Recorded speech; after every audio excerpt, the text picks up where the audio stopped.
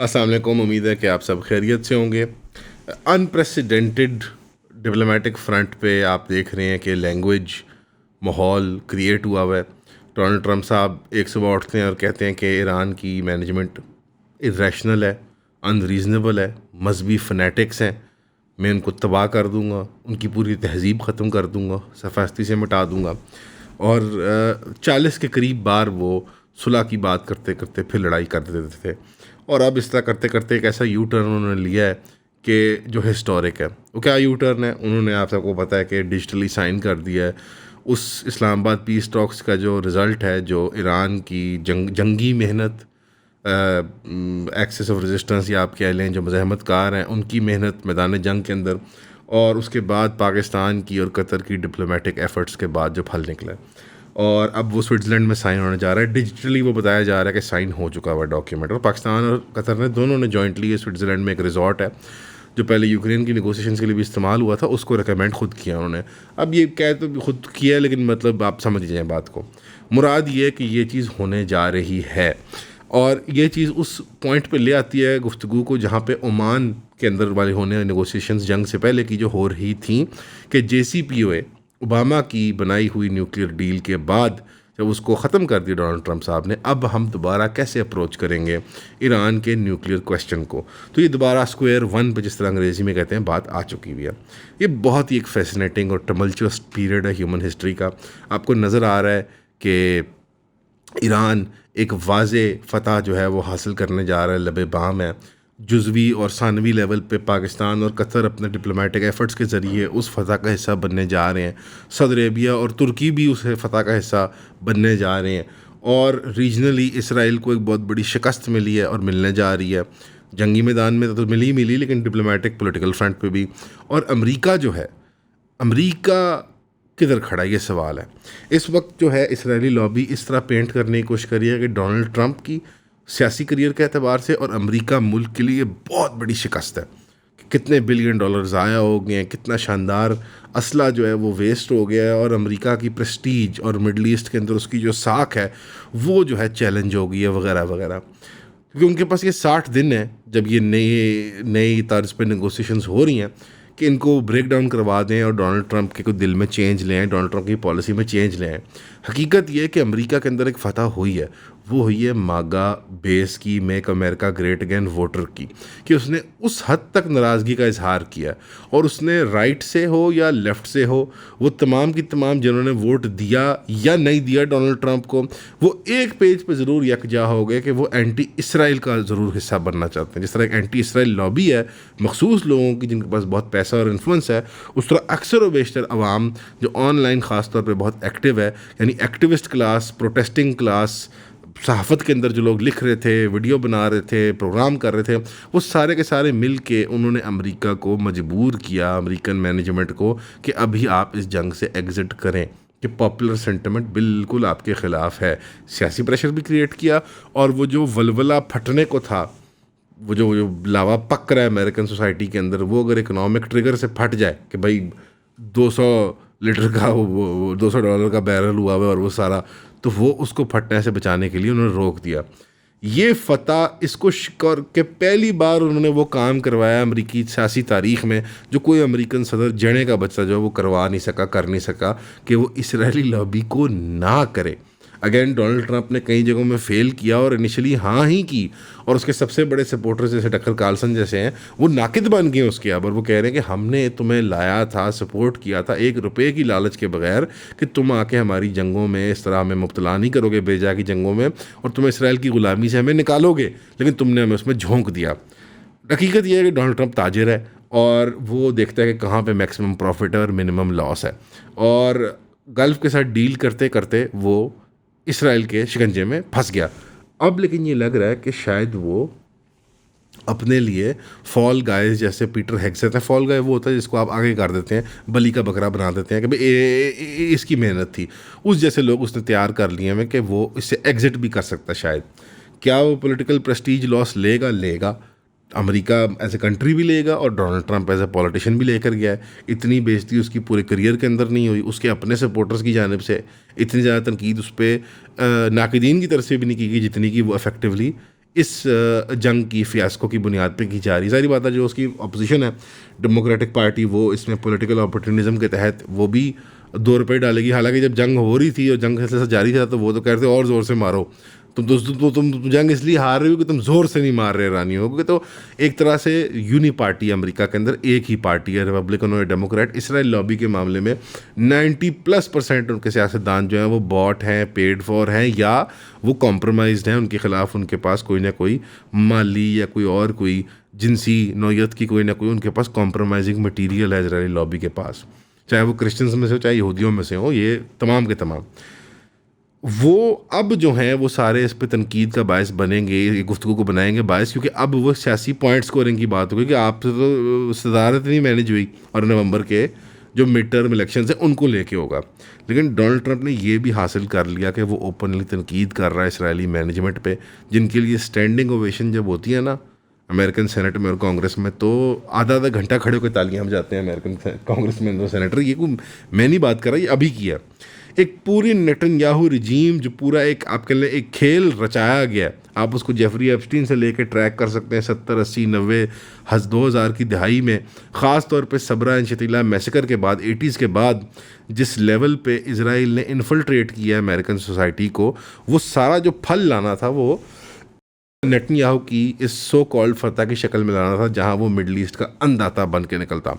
Iran, Iraq को कर दिया उसने, सीरिया को कर दिया उसने, कोई लिबिया को कर दिया उसने, गल्फ़ को ताबे कर दिया उसने। लेकिन ईरान जो आखिरी बिल्कुल आप समझे कि लोहे का चना बन गया, कबाब में हड्डी थी, उसको वो चबा ना पाया, ना वो निगल पाया, ना अमेरिका निगल पाया।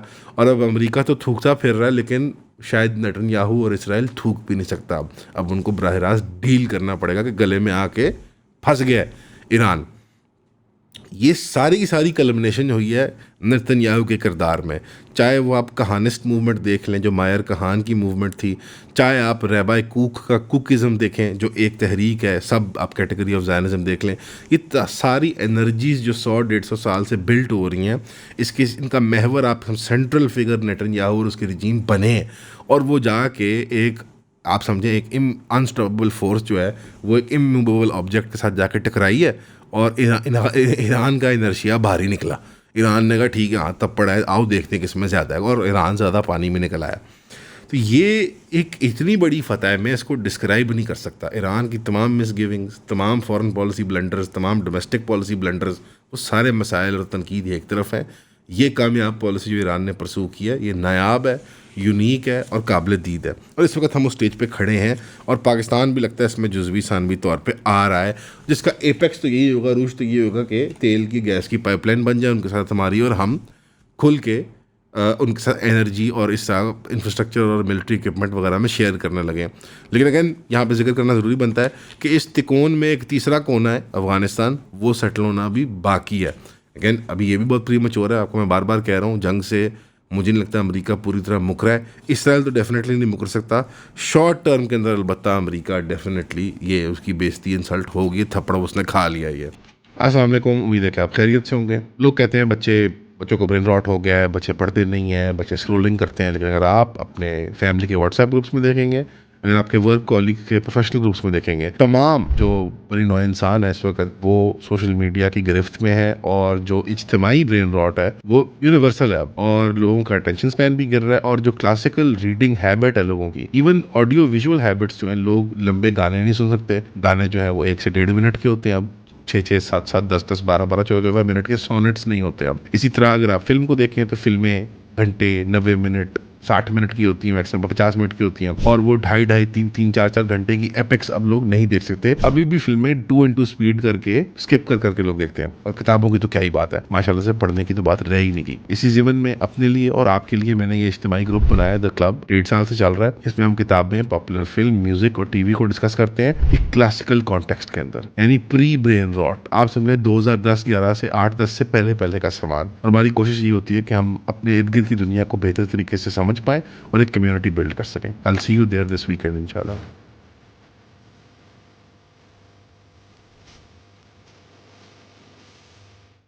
लेकिन इस सारी चीज़ के अंदर एक बहुत बड़ा किरदार था एआई का। हम इलॉन मस्क की तारीफ सुनते हैं, हमें एंथ्रोपिक के बारे में बताया जाता है, हमें ग्रॉक के बारे में बताया जाता है, हमें गूगल के एआई टूल्स के बारे में बताया जाता है, लेकिन ये और ओपन एआई भी है।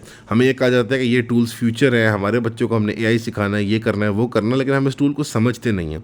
बुनियादी तौर पे ये एक ओवर हाइप्ड इंडस्ट्री है और हकीकत ये है कि ये डेटा कोलेशन की सरकार और प्राइवेट सेक्टर की एक फैशिस्टिक गठजोड़ की एक नाम है। So called smart cities, so called security cities, so called जो ऑनलाइन ग्रॉक के और इस तरह के आपके एआई के सर्च इंजन्स हैं, सो कॉल्ड उनके जो कंपाइलिंग टूल्स हैं जो आपको डेटा और डॉक्यूमेंटेशन करवा के देते हैं। हम यूनिवर्सिटियों, स्कूलों, दफ्तरों में इस्तेमाल तो कर रहे हैं, अपनी थिंकिंग पावर को आउटसोर्स कर रहे हैं और उस एक्सचेंज के अंदर पैसे भी देते हैं हम इन टूल्स को, या फ्री में इस्तेमाल करते हैं। और उनको हम एक और चीज़ देते हैं, वो है बिग डेटा अपना। क्या है, करोड़ों की तादाद में इंसान अपना डेटा जो है वो तमाम का तमाम यूएस स्टेट डिपार्टमेंट को हैंड ओवर कर रहा है। कोई भी डेटा इनमें से प्राइवेट नहीं रहता। ये प्राइवेसी लॉज का सारा खिलवाड़ विकीलीक्स और उसकी एडवर्ड स्नोडन की मेहनत के अंदर सब साबित हो गया था कि ये कोई बिल्कुल एक कहानी है। हकीकत ये है कि ये एआई कंपनीज और आईटी कंपनी सो कॉल्ड जो है, इनके पीछे अमेरिकन स्टेट डिपार्टमेंट और पेंटागन और सीआईए और एफबीआई और इस जैसी बलाएँ ही मौजूद हैं।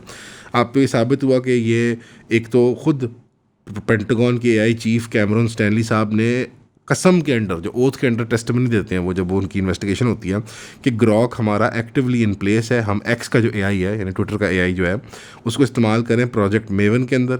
और ये यूएस मिलिट्री का एक assisted AI assisted targeting program है निशाने लगाने का। और उन्होंने कहा कि हमने इस प्रोग्राम के ज़रिए 2000 म्यूनिशंस यानी 2000 बम्ब 2000 डिस्टिंक्ट टारगेट्स के अंदर हिट किए 96 आवर्स के अंदर। यानी ये टारगेटिंग मैकेनिज़्म के तौर पे कम्प्लीटली इस एआई को यूज़ कर रहे थे। इस ज़िमन में जो एंथ्रोपिक के सीईओ हैं उनसे भी सवाल किया गया तो उन्होंने कहा कि नहीं, हमें पता नहीं है कि हमारा टूल इस्तेमाल हुआ या नहीं हुआ। यानी कुछ कंपनियां वो अपने आप को मॉरल प्रेजेंट करने की कोशिश कर रही हैं और कुछ कंपनियां तो खुल के आ गई हैं कि हम बैड गाइज को टारगेटिंग में हेल्प करते हैं। हम तो दुनिया के लिए एक वो क्रिएट कर रहे हैं, एक फेयर वो जो है ना वो, कि वो एक टूल बन जाए। अमेरिकन गवर्नमेंट तो एक फोर्स फॉर गुड है। इस सारी चीज़ों को, क्लॉड, ग्रॉक, इन सारों को मिला के आप ये देखें कि आप एक तो अपनी थिंकिंग प्रोसेस को आउटसोर्स कर रहे हैं, किसी और को दे रहे हैं। दूसरा, आप अपना सारे का सारा डेटा किसी को प्रोवाइड कर रहे हैं विदाउट एनी स्ट्रिंग्स अटैच्ड। और तीसरा, हम अपनी बहुत ज़्यादा प्राइवेट इन्फॉर्मेशन को भी, प्राइवेसी का भी मसला है कि एक तो आपको मॉडिफाई कर लिया कि आपकी मजदूरी, आप फ्री लेबर प्रोवाइड कर रहे हैं ट्रेन करने के लिए इन एआईज़ को। और ना सिर्फ वो ट्रेनिंग करते हैं, वो आपके ख़िलाफ़ इस्तेमाल की जाती है। आप कैसे मूव करते हैं, आपकी आप देखें, मतलब ऐसी ऐसी टारगेटिंग थी। इसराइल की एक मिसाल देता हूँ, गाज़ा के अंदर, कि उन्होंने एआई को ट्रेन किया हुआ था कि कब तुमने हिट करना है, कि पहली हिट के कितने मिनट बाद वहाँ पे सिक्योरिटी वर्कर्स आते हैं, एड वर्कर्स आते हैं, और फिर दोबारा वहाँ जाके तुमने हिट करना है, ताकि ज़्यादा से ज़्यादा, इसको डबल टैप स्ट्राइक कहते हैं। ये एआई से पहले भी होती थी, लेकिन अब ये इतने इफेक्टिवली होती है, इतने साइंटिफिकली होती है कि वो एग्जैक्टली कैलकुलेट कर सकते हैं कि हम क्या अट्रिशन रेट मेंटेन कर रहे हैं, हम कितने लोगों को कितने रेट पे मार रहे हैं, यानी कितने घंटे में कितने आदमी मार रहे हैं, किस लोकेशन में मार रहे हैं, उनके जेंडर सेक्स क्या थे, वो कहाँ मूव करते थे, कैसे करते थे, and so on and so fourth. इसको वो लार्जर गुफ्तगू के साथ प्लीज़ देखिएगा जो हम बार बार करते हैं पोर्नोग्राफी से मतलब, क्योंकि एआई और पोर्नोग्राफी अब दो इंटीग्रेटेड टूल्स हैं। क्योंकि जो आप सर्च इंजन इस्तेमाल करते हैं पोर्नोग्राफी को देखने में, अनफॉर्चुनेटली हमारे नौजवान बहुत बड़ी तादाद में एडिक्टेड हैं इस वक्त पोर्नोग्राफी से। और जो आप प्रेफरेंसेस उसको फीड करते हैं अपनी पोर्नोग्राफी की, वो तमाम सेक्सुअल हैबिट्स जो है वो आपकी उसकी प्रोफाइल बना रहा है, आप पे सर्वेलेंस कर रहा है और आपके ऊपर कार्रवाई भी कर रहा है कि अब आपको उसने क्या फीडबैक देके क्या प्रोडक्ट्स और सर्विसेज बेचनी है। तो ये तमाम के तमाम टूल्स जो हैं ये एक वेपन्स ऑफ वॉर हैं, इसको समझिएगा। पॉर्न फ्री में इसलिए नहीं मिलती बिकॉज़ वो आपसे बहुत प्यार करते हैं और चाहते हैं कि आप इंजॉय करें अपनी प्राइवेट सेक्सुअल लाइफ को। एआई टूल्स आपको इसलिए नहीं प्रोवाइड की जाते फ्री क्योंकि आप कि स्कूल की असाइनमेंट क्लियर हो जाए या आप दफ्तर का काम कर लें। हम सब मुर्तकब में इस जुर्म के। ये स्टेट से अपील है। आप हर जगह सिक्योरिटी कैमरास लगा रहे हैं, सेफ सिटी प्रोग्राम्स लगा रहे हैं। पहले भी आपने इंटेलिजेंस गैदरिंग के अंदर पेगासस का घटिया सॉफ्टवेयर इस्तेमाल किया था, इजराइलियों को बैक डोर दिया था अपनी डोमेस्टिक पॉलिटिक्स के अंदर, और वो मुंह की खाई थी हमने। इतने ज़्यादा बड़े लीक्स हो गए थे हमारे डेटा के यहाँ से। इसी तरह आप बड़े पैमाने पे फॉरेन सिक्योरिटी अपरेटस को इंपोर्ट कर रहे हैं और हम अपने मुल्क में इंस्टॉल कर रहे हैं, जबकि ये स्मार्ट प्रोग्राम्स जो हैं ईरान के अंदर भी इस्तेमाल किए गए थे टारगेटिंग के लिए, हाई लीडरशिप के लिए, टॉप लीडरशिप के लिए। मेरी मिलिट्री, इंटेलिजेंस और तमाम टॉप ब्रास से और पॉलिटिकल क्लास से और ब्यूरोक्रेटिक क्लास से रिक्वेस्ट है कि प्लीज़ खुदारा इस को ज़रा रिकन्सिडर करें। हम बड़े गंग होते हैं कि नई टेक्नोलॉजी आ रही है, मुंडे आईटी करनगे, बच्चे आईटी करनगे, उत्थे टावर बनाएंगे, असी आईटी सिटी बन रही है जी, क्योंकि हमें सीमेंट सरिया प्लाजे नज़र आ रहे होते हैं, हमें 4000 5000 6000 नौकरियां नज़र आ रही होती हैं वोटिंग एज कॉन्स्टिट्यूएंट मेंबर्स के लिए। हमें इंस्टाग्राम और टिकटॉक की सेल्फियाँ नज़र आ रही होती हैं कि 3,000 बच्चियों को मरीम साहबा ने पिंक लैपटॉप दिया। पिंक क्यों है? क्योंकि वो बच्ची हैं और लैपटॉप के अंदर एआई है। वो बेसिकली एक टेकिंग टाइम बॉम्ब आपने पकड़ा दिया अपने बच्चों को। सो इंडिजिनस टेक्नोलॉजीज़ की तो क्या ही बात हो, इंडिजिनस माइक्रोचिप मैन्युफैक्चरिंग की तो क्या ही बात हो, इंडिजिनस एआई कंपनीज और डेटा सेंटर्स की क्या ही बात हो। ये मैं इसी लय में बात करते करते आपको बता रहा हूँ कि अब क्योंकि हम अमेरिका के करीब आ रहे हैं, जो चीज़ गल्फ़ के अंदर अमेरिका को जमाए बैठी है अदर देन ऑयल फील्ड्स, उसके डेटा सेंटर्स, अब वो शायद पाकिस्तान का भी रुख कर रहे हैं। डेटा सेंटर्स अपने बनाए हुए हों, अमेरिकन के बनाए हुए हो, चाइनीज़ के बनाए हुए हो, ज़मीन आसमान का फ़र्क है किस मास्टर को आप कब सर्व कर रहे हैं। सुनने वाला जो समझने वाला है वो समझ जाएगा मैं क्या बात कर रहा हूँ, लेकिन इस पर मज़ीद तफसीली गुफ्तगू इंशाल्लाह पॉडकास्ट में मैं और साथ इंशाल्लाह बैठे करेंगे। लेकिन ये बहुत बड़ा टिकिंग टाइम बॉम्ब है। इसके अंदर इतने डिफरेंट ज़्यादा एस्पेक्ट्स और फैसेट्स हैं, सिक्योरिटी एतबार से, सोशल समाजी एतबार से, और सिंपली एक प्रिंसिपल पोजीशन के एतबार से कि आपकी अपनी इंडस्ट्री और टेक्नोलॉजी को पैर पे खड़ा होने की ज़रूरत है रादर दैन कि आप लोगों की करें। ये कोई कॉम्प्लिकेटेड साइंस नहीं है, ये सिंपली एक लार्ज पॉपुलेशन मॉडल रिक्वायर करती है। उसके लिए आपको 2 काम करने होंगे, ज़्यादा लोगों को इंटरनेट देना पड़ेगा और अपने इंटरनेट को इंट्रानेट की तरह बनाना पड़ेगा कि वो लोकलाइज़ किया जाए और पाकिस्तान के अंदर तक लिमिटेड हो। ये अगेन एक बड़ी स्लिपरी स्लोप होती है, एक डबल एज सॉर्ड होती है। एक कि चाइना की तरह बन जाएंगे कि लोग गुलाम हैं बिल्कुल हुकूमत के, वो बाहर एक्सेस नहीं कर सकते, और दूसरे एंड पे आपकी अमेरिका है कि वहाँ पे लोगों के ऊपर कोई पटा ही नहीं है और वो लोग जो है वो पटा कुत्ते पे डाला जाता है, कुत्ते बिल्लों की तरह उनकी आवाम जो है वो हर किस्म की नॉनसेंस में इंगेज्ड है ऑनलाइन। बड़ा ये केयरफुल बैलेंस है, इसको मेंटेन करना पड़ेगा। तो मुझे उम्मीद है कि हमारी सरकार को आइडिया होगा कैसे करना है। लास्टली बट ये इक्वली एज इम्पॉर्टेंट है, वो ये है कि हम सब ने देखा कि झूले झूले जब मई के अंदर जंग हुई है, मैंने बताया आपको पीपल्स पार्टी और नून लीग झूले झूल रही है फ़ौज और एयरफोर्स के कंधों के ऊपर। मैंने तब भी कहा था कि क्यों झूले झूले झूले जा रहे हैं। कोई अमेरिका में पीढ़ियाँ बढ़ा रहा था, कोई यूरोप में पीढ़ियाँ बढ़ा रहा था अपने ज़ाती ताल्लुकात के अतबार से, अपने सियासी ताल्लुकात के अतबार से।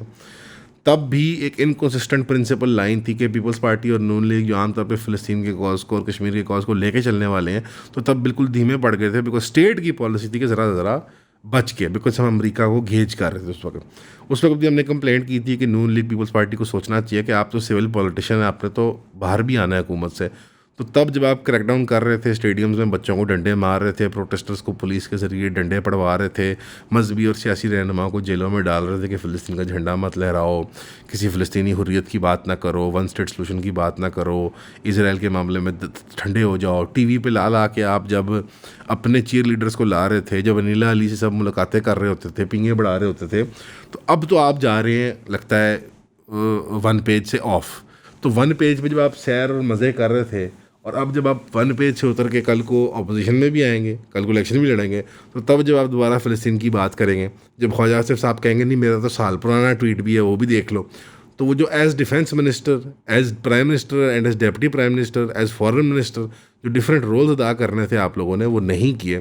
फिलहाल फ़लस्तीन ने अहले फ़लस्तीन की प्लाइट में, और अब जबकि वो पूरी लड़ाई लड़ ली गई और उस पूरी लड़ाई के अंदर हज़ारों लाखों लोगों ने जानों के, इज़्ज़तों के, माल के नजराने पेश कर दिए, लबनान, फ़लस्तीन, सीरिया से लेकर ईरान तक।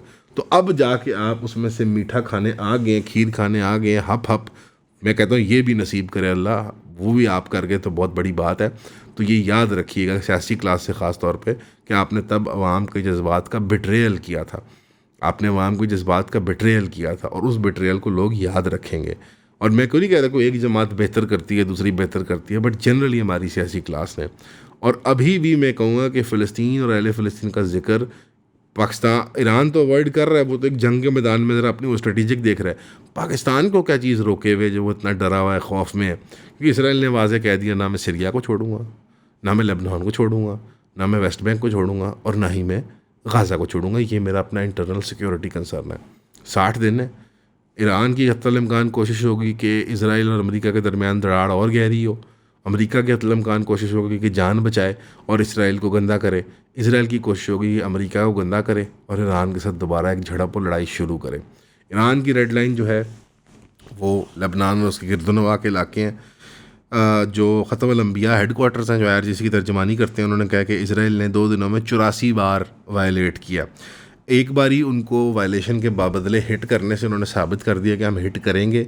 अभी वो टॉलरेट कर रहे हैं बिकॉज़ फ्राइडे को जो साइनिंग होनी है और वो सारी बात होनी है, वो तब तक इसको ढील देंगे। उसके बाद ये रेड लाइन पक्की हो जाएगी। और ये कहना है ट्रीटा पारसी का, जो बहुत बड़े एक माहिर माने जाते हैं अमेरिका में इस वक्त। और उनको डिपोर्ट करने की भी कोशिश की इसराइल लॉबी ने, नाकाम। अब वो नेशनल सेलिब्रिटी बन गए हैं। तो ये खुशाइन बातें हैं। क्या अमेरिका हमारा दोस्त बन गया है? नहीं, अमेरिका का खत्ते में दोस्त अभी भी इंडिया है। उछल उछल के कलबाजियाँ मत खाइएगा कि अब हम अमेरिका के दोस्त हैं, अब हम सारे मिल बैठ के खाएं पिएंगे, ऐसे नहीं होने वाला। क्या अमेरिका राम हो गया इस खत्ते में से? नहीं, अभी नहीं, अभी टाइम है, लड़ाई होनी है अभी। और क्या इसराइल बाज आ जाएगा इससे? नहीं। लेकिन क्या ये बहुत बड़ी फतह हमारे मतलब पैरों में आ गिरी है? बिल्कुल। अब इस पे जैसा वो कहते हैं चांस पे डांस, वो चांस पे डांस वाली बात है। कर पाएंगे या नहीं, इसके लिए दुआ करें। और कि उसका कुछ हिस्सा पाकिस्तान की आवाम को भी मिलना शुरू है, क्योंकि सलमान साहब पीछे कह रहे हैं कि कम से कम 100-150 रुपये पेट्रोल को नीचे जाना चाहिए। हम भी दुआ करते हैं कि वो खैर की तरफ जाएगी। हमेशा की तरफ सुनने का शुक्रिया। अस्सलाम वालेकुम।